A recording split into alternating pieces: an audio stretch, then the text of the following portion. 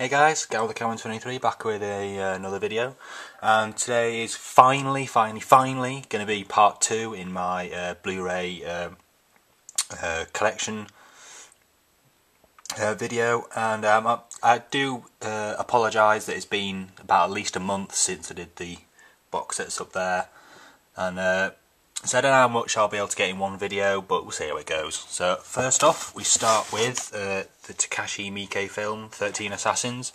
Now I saw it at cinema, really enjoyed it. As you can see on the front, on the back even, it says pays off thrillingly with a virtuoso 45-minute bloodbath. So it's kind of like the final scenes of a 45-minute battle. It's really good. And next up we have one of my favourite Judd Apatow directed comedies, 40-Year-Old Virgin. I remember I used to watch this a lot when I had it. Well, I still have it on DVD, but I used to watch it a lot. It's a really funny comedy. If you haven't checked it out, you probably have, but if you haven't, you should do. Next is 44-Inch Chest. It's starring Ray Winston, and this is basically kind of a play, but it's a film. It's about his wife's having an affair with a French waiter, and he kind of kidnaps the waiter, and his friends, including John Hurt, Stephen Delaney, Ian McShane, kind of to decide what to do with him. It's quite good. Not one of the best films ever, but pretty good. Next up is the Greg Mottola directed Adventureland. It was really surprised me, this film, because I didn't really know what kind of film it was. I knew it was a comedy, but it's more of a comedy drama. Really good acting, really good directing. Obviously, the director of Superbad. Next up is one of my favourite. Next up is one of my favourite films of last year. Is Animal Kingdom, and this is a Australian kind of crime drama. I guess you could call it kind of, I guess maybe Goodfellas or something of Australia. Really good. I've got a poster of it in my room, and yeah, it features Ben Mendelsohn, who you may know from. He's actually kind of the more films I see him in, the more I like him. He's in Dark Knight Rises. I can't remember what his name was, and Killing Me Softly, which is a really good film. Next up, we have Mel Gibson's Apocalypto.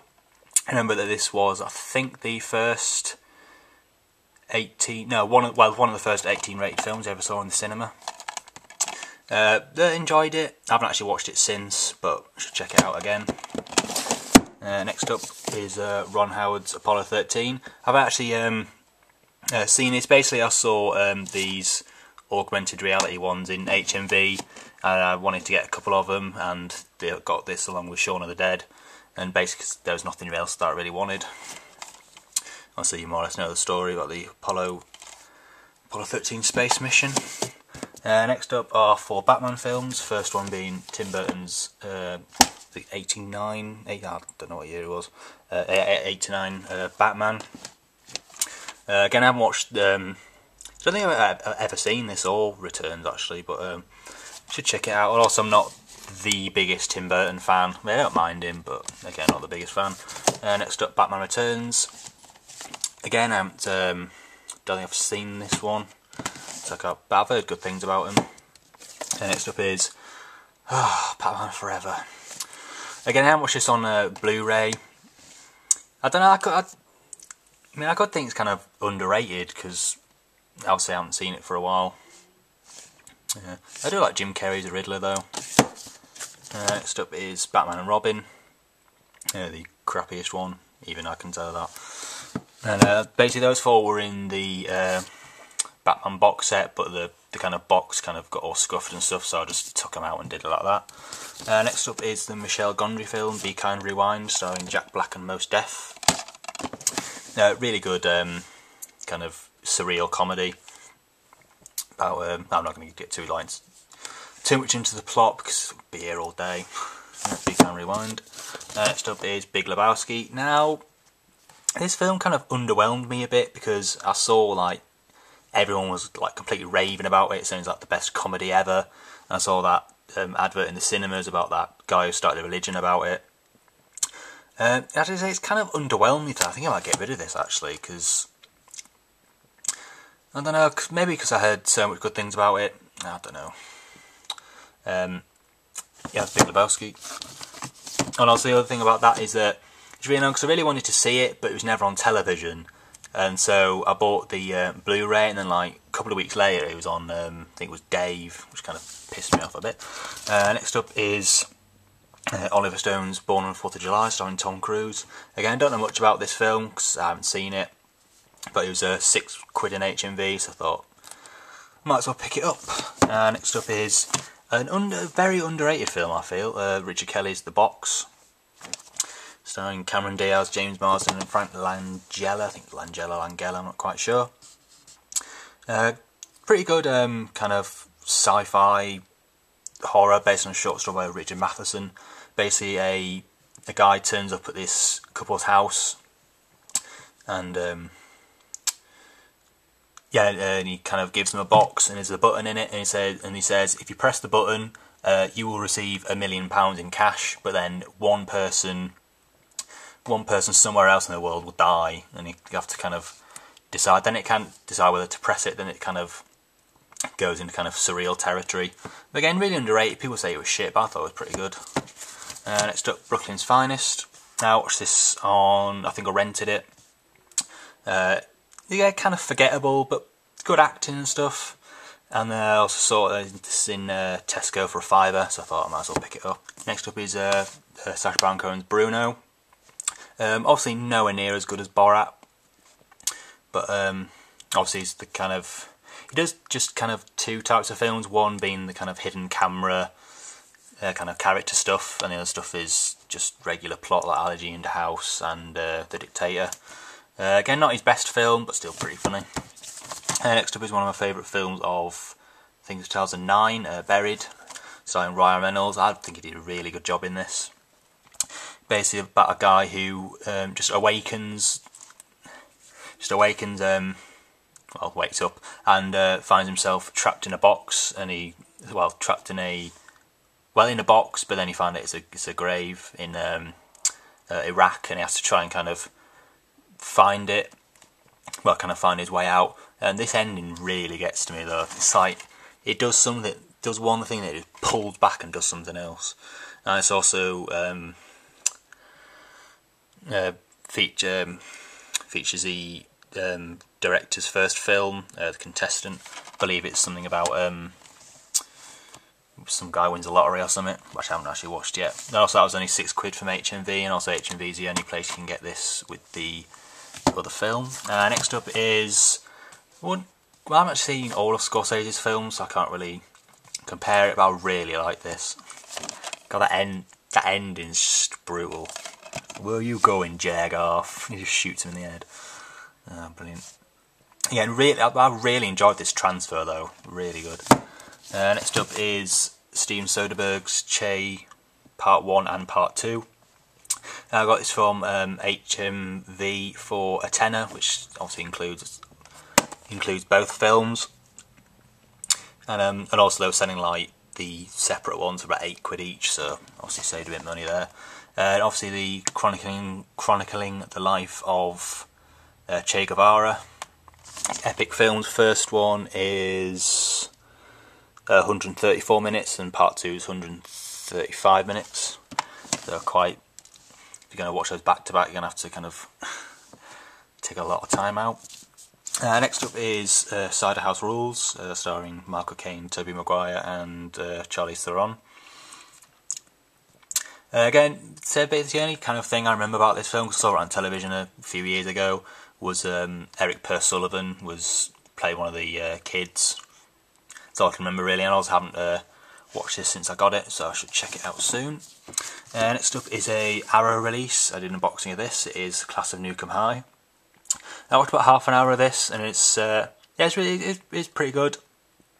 Obviously, it's in the same. I've been a trauma film, being in the same vein as Toxic Avenger, and not quite Sergeant Kabuki Man, but again, kind of like over the top horror, gore, and stuff. Next up is Kevin Smith's Clerks, the 15th anniversary edition.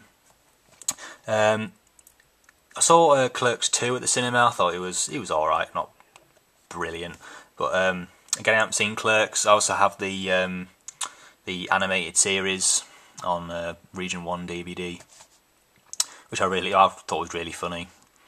And I haven't seen this, but I've heard good things about it. Next up is The Damned United, starring Michael Sheen. He plays Brian Clough. I'd say I know nothing about football, but I still enjoy it though. Michael Sheen gives a good performance. Obviously, football manager. Again, I don't know nothing about football, but still pretty good. I saw it on television a while ago. Next up is the Steve Carell film, Dan in Real Life. I really like this film. I saw it on BBC One a couple of years ago, I think. I really enjoyed it, about a guy who basically falls in love with someone, and then the person he falls in love with is involved with his brother. That's more or less it. Set in the backdrop of a kind of a family get-together kind of thing. Next up is Rob Zombie's Devil's Rejects, and I still believe that this is Rob Zombie's best film. It's a sequel to House of a Thousand Corpses. This focuses more on the Firefly family.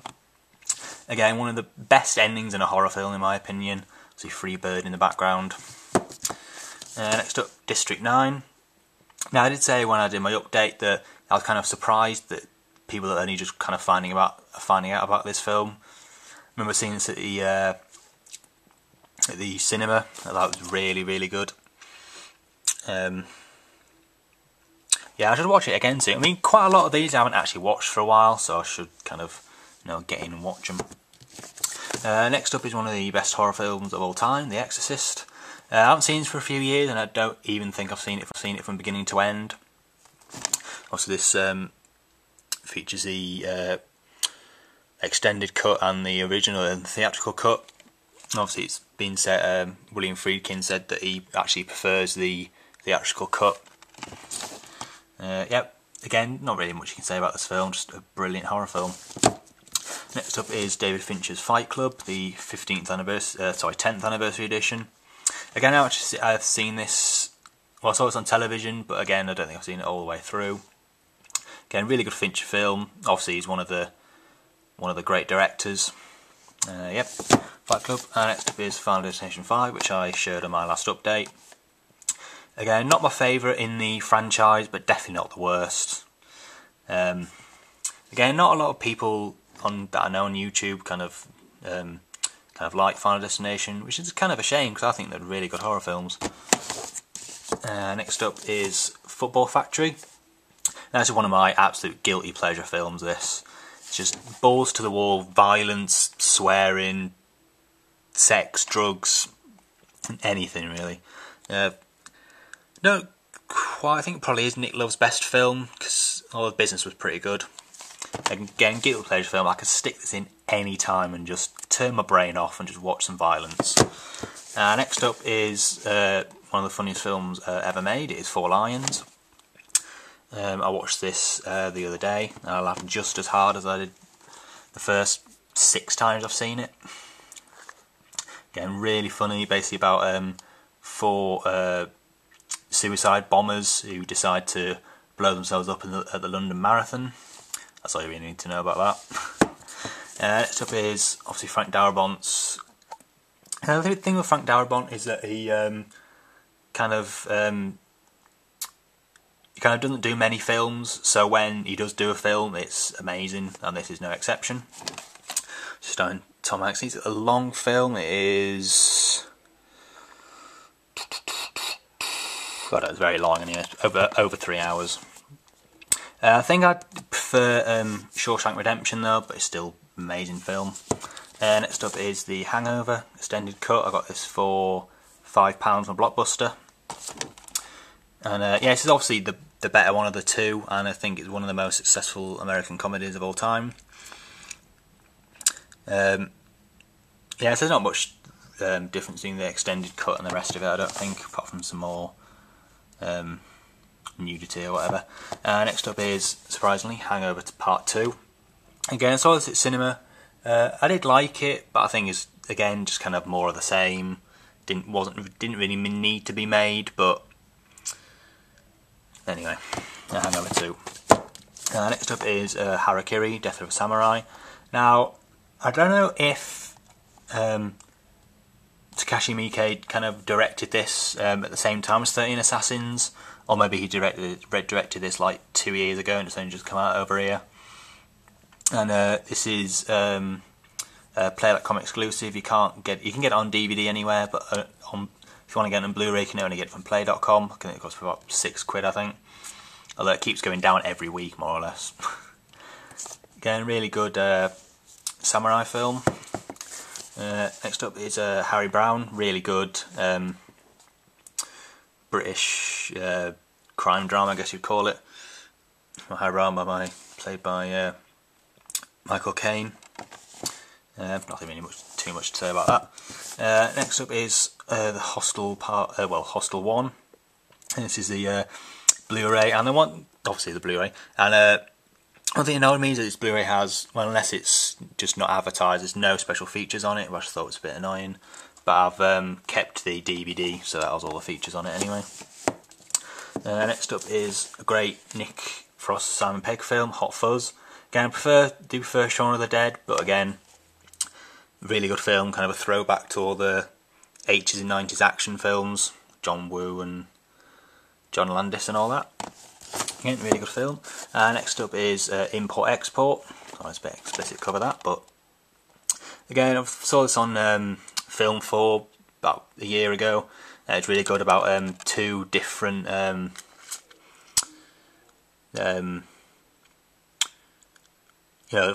of, well, not illegal immigrants, but kind of immigrants from different countries. Pretty good film. Again, it's not really one that you'd watch over and over again, but I still think it's pretty good. Next up is I Saw the Devil. Now, I still haven't seen this. Again, quite a lot of these Blu-rays are they're on my kind of high on my to watch list, but this really is kind of number one. I've heard nothing but good things about this film. I also thought that it was directed by the same director as Old Boy, but I got that wrong. It's just the same actor. Next up is one of the funniest films, well, it's the best comedy of last year and one of the funniest films ever. It is In-Betweeners movie. I saw this 3 times at the cinema and I laughed just as much each time. Again, it's more the same as the TV series. I mean, it is more or less just an extended version of TV series, but kind of more production values and stuff. Next up is In Bruges, starring Brendan Gleeson, Ralph Fiennes and Colin Farrell. Again, really good, well, it's not really a foreign film, but kind of fish out of water kind of things. Basically, Colin Farrell's character accidentally kills a child, and his boss, played by Ralph Fiennes, kind of makes him travel with Brendan Gleeson to Bruges. And basically, well, I don't want to give anything away, but basically, near the end, the shit well and truly hits the fan. And next we have one of my favourite war films, is Jarhead, and I believe one of Jake Gyllenhaal's best films. Stars Peter Sarsgaard, Chris Cooper and Jamie Foxx as well. Again, really good things, either Iraq or Afghanistan, I'm not quite sure. I think I might not be either of those, but anyway, really good war film. You should check it out if you're a fan of war films, although if you are, you probably have already seen it. Next up is be the last one for this video. It'll be Kill Bill Volume 1. I have Volume 2 as well. Recently got this from H&V in the 5 for 30 quid. Again, I do prefer the second one, but the first part I really do like. This is kind of like the more kind of action one, where Volume 2 is the slower kind of martial arts kind of film. And that is it for part 2 of my Blu-ray collection. Hope you enjoyed it, and I promise it will not it won't be this long between this part and the next part.